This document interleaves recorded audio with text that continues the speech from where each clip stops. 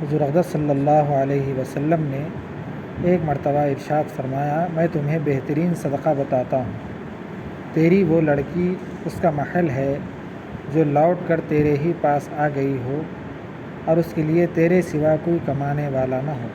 ایسی لڑکی پر جو بھی خرچ کیا جائے گا وہ بہترین صدقہ ہے۔ آگے تشریح بتا رہے ہیں اس کی۔ لوٹ کر آ جانے سے مراد یہ ہے کہ لڑکی کا نکاح کر دیا تھا، اس کے خاوند کا انتقال ہو گیا، یا خاوند نے طلاق دے دی، یا کوئی اور عذر عارضہ مانے عذر پیش آ گیا جس کی وجہ سے وہ لڑکی پھر باپ کے ذمے ہو گئی، تو اس کی خبر گیری اس پر خرچ کرنا افضل ترین صدقہ ہے۔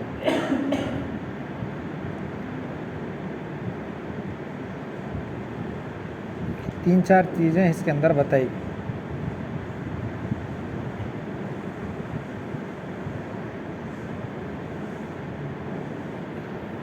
شادی ہونے کے بعد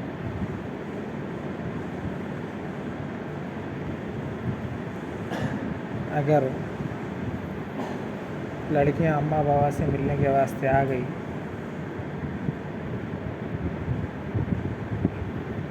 تو جن کی شادی نہیں ہوئی ان کو تو کچھ بھی نہیں ہوتا، جن کی شادی ہو گئی بھائیوں کو بہت چھوٹا، حال حقیقت بتا رہا ہوں زمانہ۔ بات سمجھ رہے ہیں؟ جن کی شادی ہو گئی، اگر بہن آ گئی ماں باپ سے ملنے کے واسطے تو شادی ہو گئی تو زیادہ چھپتا کہ بھائی انہیں کئی کو آ کے رہ رہی، کئی کو ایسا ہو رہا، ابھی کتنے دن رہتی کرتے، اماں کو جا کے بولتے۔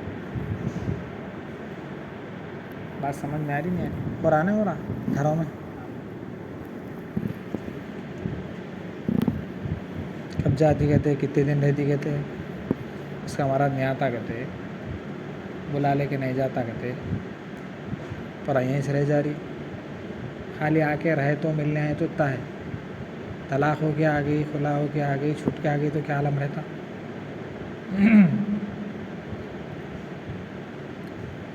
ایسی حالت گھر کی رہے تو طلاق ہو گئی، خلا وغیرہ ہو گئی تو انہیں بولتی گھر سے اچھا بہتر ہے پھانسی لے کے مر جا۔ تانے سننے کے بجائے، احسان ان لوگوں کا جتلا لینے کے بجائے کہیں گھروں میں جا کے کام کر لیے تو اچھا ہے۔ دیکھو ابھی بھی ایسے گھرانے موجود ہیں کہ جو تقریباً کئی حضرات ان کے ذمے ہیں، لیکن خود کے خاص رشتہ دار بہن بھائی یا کوئی ایسے ہیں جو ان کی کفالت سے دور ہیں۔ کیوں بھائی؟ بات نہیں مانتے، کیا کروں، جان دو۔ بات سمجھ رہے ہیں؟ بہن بھائی غریب ہیں، بہن کا گھرانہ بہت نچلا ہے، کچھ کمائے تجھ کھانا ہے، بھائی بہت کروڑ پتی ہے، آتی نہیں پوچھتی نہیں، کہیں کہ دوں میں۔ بات سمجھ میں آ رہی؟ حالات کے تقاضے بتا رہا ہوں۔ تو اللہ کے رسول کیا بتائے؟ لوٹ کر آ گئی لڑکی یا بیٹی تو اس کے اوپر خرچ کرنا سب سے افضل ترین صدقہ ہے۔ صدقے کا مطلب یہ ہے کہ آدمی جو چیز کر رہا ہے ثواب کی نیت سے کرنا۔ مثال کے طور پر عبادت کر رہا، ثواب مل رہا۔ صدقے کا مطلب بڑھوتری، سمجھنا، پہنچنا، بڑھوتری ہے۔ تو آپ جو چیز بھی اپنے لیے کر رہے ہیں تو وہ آپ تک چاہے دنیا پہنچے یا دین پہنچے، دوسروں کے لیے کر رہے ہیں تو ان کے لیے دنیا کا فائدہ ہو یا دین کا فائدہ ہو، باریک بات سمجھو، دین کا فائدہ ہو یا دنیا کا فائدہ ہو۔ تو فرمایا کہ اگر آپ ایسی چیز اختیار کر رہے ہیں، مثال کے طور پر اللہ کے رسول بولے بیوی کو کھلانا بھی صدقہ ہے، یعنی ثواب کا ذریعہ ہے، یعنی دین ہے،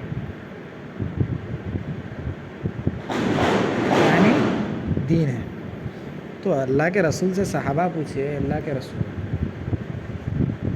ٹھیک ہے، بیوی کو کھلانا کیا ثواب کا ذریعہ ہے؟ اللہ کے رسول بولے اگر غلط راستہ اختیار کرا گناہ کا ذریعہ، وہی چیز اگر اچھا راستہ اختیار کرا تو ثواب کا ذریعہ۔ ابھی میں گیٹ پہ ٹھہرا ہوا تھا مدرسے کے، ایک بچہ آیا آ کے بولا مولانا ہم لوگ فون میں نعت سنتے ہیں، قرآن سنتے ہیں، اس کا ثواب ہمارے کو ملتا کیا؟ تو میں بولا آپ فون میں اگر وہ ٹی وی دیکھے تو گناہ ہوتا کیا؟ پوچھا اب آپ سب فون میں چاہے گانا، فون میں اگر آپ گانا دیکھے، ناچ دیکھے، ساری چیزیں دیکھے، اس سے گناہ ہوتا کیا؟ تو گناہ ہوتا نا، جب گناہ ہوتا تو ثواب بھی ملتا۔ تو آدمی کو اللہ کے رسول صلی اللہ علیہ وسلم جو زندگی کے دو پہلو ہیں، ہر پہلو پہ ایک ایسے پہلو کو اختیار کراتے تھے جس سے آدمی کو دنیاوی فائدہ بھی ہو، دینی فائدہ بھی۔ دیکھو اس کے اندر کتنا فائدہ ہے۔ ایک لڑکی آئی، لڑکی گھر سے واپس چلی گئی، حالات آ گئے، کچھ انبن ہو گئی، ہونے کے بعد جب واپس آئی تو اللہ کے رسول نے ایسی تربیت دی، اس کو پالنا تمہاری ذمہ داری ہے اور یہ خرچ کرنا تمہارا دنیاوی اعتبار سے نہیں ہے بلکہ آخرت کے اعتبار سے بھی بہت بڑا درجہ رکھتا ہے۔ کیسی ترغیب دلاتے تھے اللہ کے رسول، ہمارے ایمان کے بننے کا، بنانے کا، ساری چیزیں۔ تو وہی بتا رہے ہیں کہ بھائی جب وہ لڑکی واپس آ گئی تو اب دیکھو اب ساری چیزیں ہیں، اب کیسا بول رہے لڑکیاں، ارے بھائی وہ بچہ ایسا بول رہا، بھائی ایسا بول رہا، وہ ایسا بول رہا، تملا رہے تک ہم آتے ہیں جاتے ہیں، تملا رہے تک ہم نہ آتے جاتے ہیں، تملا گئے تو ہم نہ آتے نہیں جاتے، ہم نہ بلائے تو آتے نہیں تو جاتے۔ بات سمجھ رہے ہیں؟ تو اس سے صلہ رحمی کی جو حیثیت ہے، رشتہ داری کو جوڑنے کی جو حیثیت ہے وہ بھی ختم ہو گئی۔ تو آدمی کو رشتہ داری جوڑنے کا بھی بتا، رشتہ داری اگر جوڑے گا تو اس کے رزق میں برکت ہوگی، عمر میں برکت ہوگی۔ دیکھو ایک لڑکی آ گئی، کتنی چیزیں آ رہی نا، لڑکی آ گئی، حالات آ گئے، گھر پہ آ گئی، بیوہ ہو گئی، بہرحال خاوند مر گیا، طلاق ہوئی، جو بھی ہوا، واپس آنے کے بعد جب گھر واپس آئے تو سب سے پہلے بولے بہترین صدقہ ہے، پھر یہ بتایا کہ صلہ رحمی ہے، صلہ رحمی کے اندر تیرے اندر رزق کی برکت، یعنی گویا اس کا آنا رزق کا برکت کا ذریعہ ہے، اس کا آنا تیرے لیے صحت اور عافیت کا ذریعہ ہے۔ دیکھو رزق کی برکت، اس سے پہلے بھی بتایا تھا میں، عمر کی برکت، پہلے سے اللہ تعالیٰ کی طرف سے رزق بھی متعین، عمر بھی متعین، 60 سال کا ہو کے مرنا ہے، متعین لکھا گیا، 60 سال کے ہو کے مرنا متعین لکھا گیا، تو پھر عمر میں برکت کا کیا مطلب؟ عمر میں برکت کا مطلب یہ ہے کہ 60 سال میں جو انہیں کام کر سکتا اللہ تعالیٰ اس کو 500,000 سال میں جو آدمی کام کر سکتا اتنا کام اس سے لیتا۔ ہمارے اکابرین ویسیچ کر کے گیا نا کہ ان لوگوں کے 500 سال حضرت نوح کی جیسی زندگی تھی کیا؟ اللہ بھی 10 سال 15 سال ہی کرے، اللہ کے رسول کتنے سال کرے؟ 23 سال کرے نا، پوری دنیا کو ہلا کے رکھے۔ تو زندگی عمر کی برکت ہی ہے، زندگی کی برکت ہی ہے، اللہ تعالیٰ کم وقت میں زیادہ کام لے لیتے، سمجھ رہے ہیں؟ صحت کی برکت کا مطلب یہ ہے کہ اللہ کے رسول نے فرمایا کہ ایمان کے بعد سب سے بڑی نعمت کیا ہے؟ عافیت ہے، صحت ہے۔ اگر صحت ساتھ نہیں دیتی تو آدمی کا اپنا کوئی نہیں ہوتا، کروڑ پتی ہے، ساری چیزیں ہیں، لیکن فالج ہو گیا، اولاد کی تربیت نہیں ہے، نافرمان ہے، نیک نہیں، تو اس سے خدمت کہاں کریں گے؟ جتنا جب تک طاقت ہے انہیں کر لیتا، طاقت نہیں ہے تو بیوی رہے تک طاقت ہے بیوی کر لیتی، بیوی بھی چلے گئی تو سڑا ہوا مرا ہوا رہتا۔ کئی ایسے تاریخی واقعات پڑے ہوئے ہیں کہ بڑے بڑے امیر کبیر گھر میں پڑے پڑے سڑ کے مر گئے، بیٹا امریکہ میں، بیٹا لندن میں، بیٹا وہاں، بیٹا یہاں، کمائی کی کوئی کمی نہیں، پیسے کی کوئی کمی نہیں، مال کی کوئی کمی نہیں، سمجھ رہے ہیں؟ صحت کی برکت اس کو ختم کر دیتے ہیں۔ فجر کے بعد سونا رزق کو روک دیتا ہے، مقبول ہے۔ تو میں سوچا کہ صبح میں تجارت وغیرہ ساری چیزیں ایک ذہن میں ایک بیٹھے بات ساری چیزیں چل رہی ہیں کہ بھائی فجر کے بعد آدمی سو رہا ہے تو جا کے دکان کھول رہا ہے تو برابر چل رہا ہے اس کا گراہک، اور جو فجر میں اٹھنے والا ہے اس کا بھی مسئلہ برابر ہے، سمجھ رہے بات کو؟ ارے بات باریکی سمجھے میری، 12 بجے کھولنے والا اس کا بھی چل رہا ہے کاروبار، صبح میں جو چل رہا ہے اس کا بھی چل رہا ہے، لیکن محنت اس کی زیادہ ہو رہی۔ تو بعد میں ایسے بیٹھا ہوا تھا تو ایک ڈاکٹر صاحب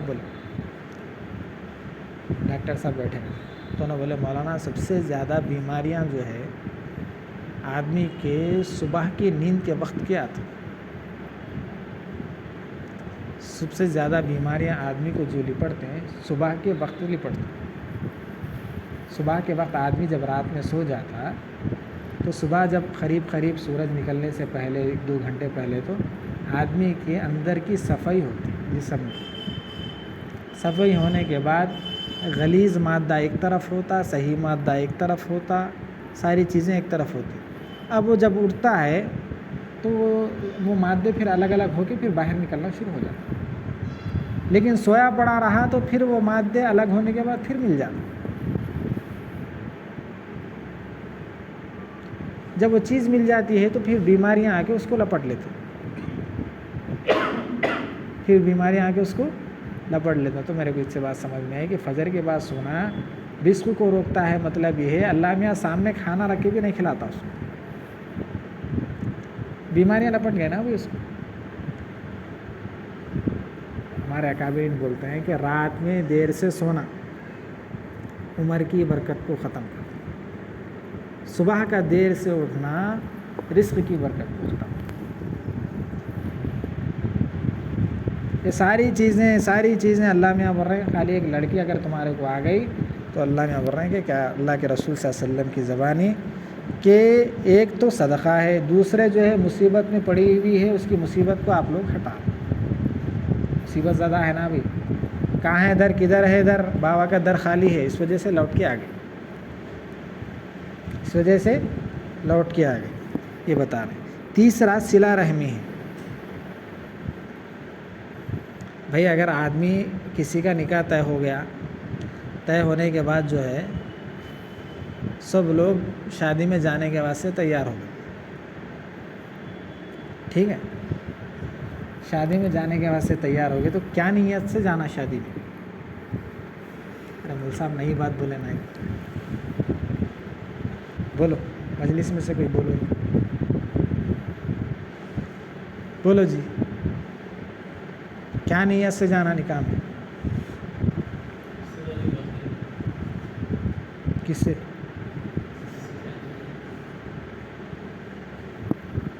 ہم نہیں آئے تو انہوں بھی نہیں آتے بول کے جانا بول کے بول رہے ہیں، اتنا رہتا نا بھائی ہمارے ذہن میں، ہاں اتنا رہتا نا، اگر ہم نہیں گئے تو انہیں پوچھتا رہے بھائی خلیہ کے صورت تو بتا کے آئیں گے، بولو جی۔ بہرحال قریب جواب دے دیا مصطفیٰ، صلہ رحمی کی نیت سے جانا، رشتہ داری کو جوڑنے کی نیت سے جانا، رشتہ داری ہمارے ان سے جو ہے وہ تو جڑی ہوئی رہنا، دوسرا دلہا دلہن کی جو درمیان رشتہ جڑ رہا ہے ان کے درمیان میں بھی صلح صحیح رہنا، درستگی رہنا، وہ نیت سے بھی جانا۔ اللہ میاں کس کی نیت میں کیا اثر رکھا کیا بول سکتے، سمجھ رہے ہیں بات؟ دونوں خاندانوں کے آپس کی رشتہ داری جوڑنے کی نیت سے بھی جانا، تو کیا نیت سے جانا شادی میں گئے تو؟ اب تو پہلے پوچھ لے رہے کیا آئٹم بنا، کدھر بنا، اور اس کے بعد پہنچ رہے 2 دعوت آ گئے تو ادھر کیا بنا ادھر کیا بنا، جدھر بنا ادھر جا رہے، سمجھ گئے؟ تو صلہ رحمی کی نیت سے جانا، کیا بولے؟ صلہ رحمی کی نیت سے جانا۔ تو یہ فرما رہے ہیں ایک تو آدمی اگر بیٹی گھر واپس آ گئی تو ایک تو صدقہ ہے، دوسرے مصیبت جو اس کے اوپر پڑی ہوئی ہے اس کو ہٹانا ہے، تیسرا صلہ رحمی ہے، چوتھے جو ہے اولاد کی خبر گیری ہے۔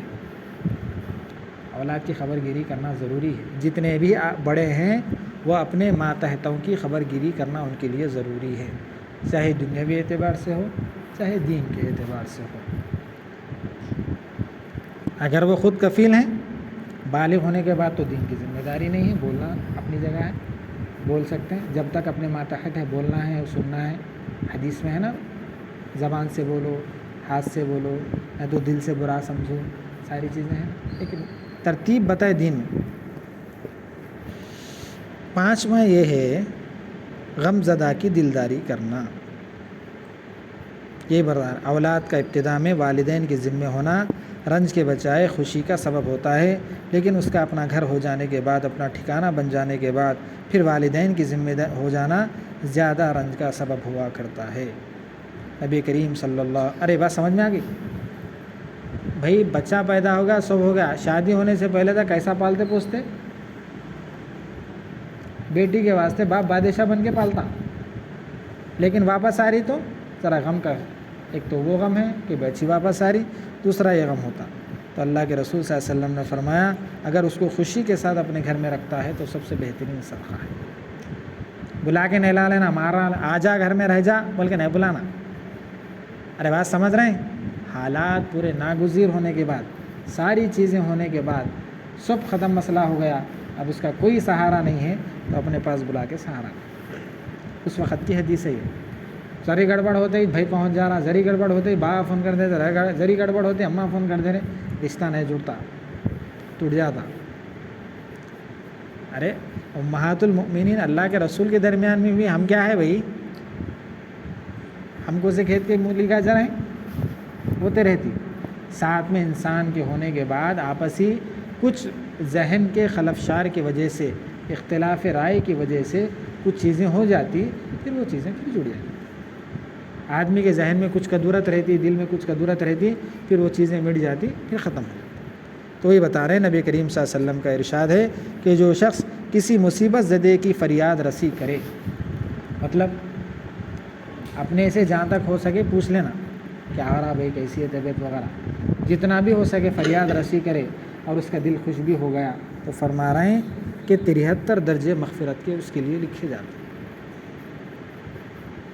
مغفرت کے 73 درجے کے. ایک درجہ تو کیا ہے؟ تمام امور کی اصلاح اور درستگی. مطلب یہ ہے کہ آپ جو بھی کام کرنا چاہ رہے ہیں یا تو آپ کو نقصان نہیں ہوتا یا آپ کا اللہ میاں وہ کام میں ذہن صحیح چلاتا. سامنے والے کو کچھ نہیں، انہیں بدمعاش ہے، اس کو کیا بولنا، ہمارا بیڑا غرق ہونا نا جی، اس کا کہاں جا رہا، خالی پوچھو آپ خیر خیریت طبیعت وغیرہ. سمجھ میں آیا؟ میرا ہی واقعہ چل رہا نا. ایک صاحب رات میں بہت گالیں دی. ایک صاحب آگے میرے کو بولے، صبح فجر کے ساتھ اشراق کے بعد فوری گھر کو گیا، خیر خیریت طبیعت وغیرہ سب ٹھیک الحمدللہ. کیسی ہے طبیعت وغیرہ؟ ہمارا بہت دن ہوا ملاقات نہیں کر کے. خالی اتنا پوچھا تھا کہ ان کے ماتھے پہ پسینہ تھا پورا. مول صاحب کہیں کو آگے معلوم ہو گیا کیا ہے. تو آدمی ادھر سے ہو رہا ہے تو اپنے ساتھ دلی ظاہر کر کے جانا، لیکن اس وقت جب کہ اپنا نقصان نہ ہو. اپنا نقصان ہونے کا اندیشہ رہے تو پھر شریعت اس کی اجازت نہیں دیتی. خود نقصان میں جا کے پڑھنے کی اجازت نہیں ہے. بہرحال بات لمبی ہو رہی. تو یہ تو ہے کہ تمام امور کی اصلاح اور درستگی ہے، اور 72 درجے اس کے لیے قیامت میں ترقیات کا ذریعہ ہے. ایک تو یہ کہ کام صحیح چلاتے ہیں، قیامت کے دن 72 درجے ہیں جو کاموں میں رکاوٹ بننے والی چیزیں ہیں ان میں آ کے یہ لوگ کام کو صحیح کرتے ہیں قیامت کے دن. بات سمجھ گئے؟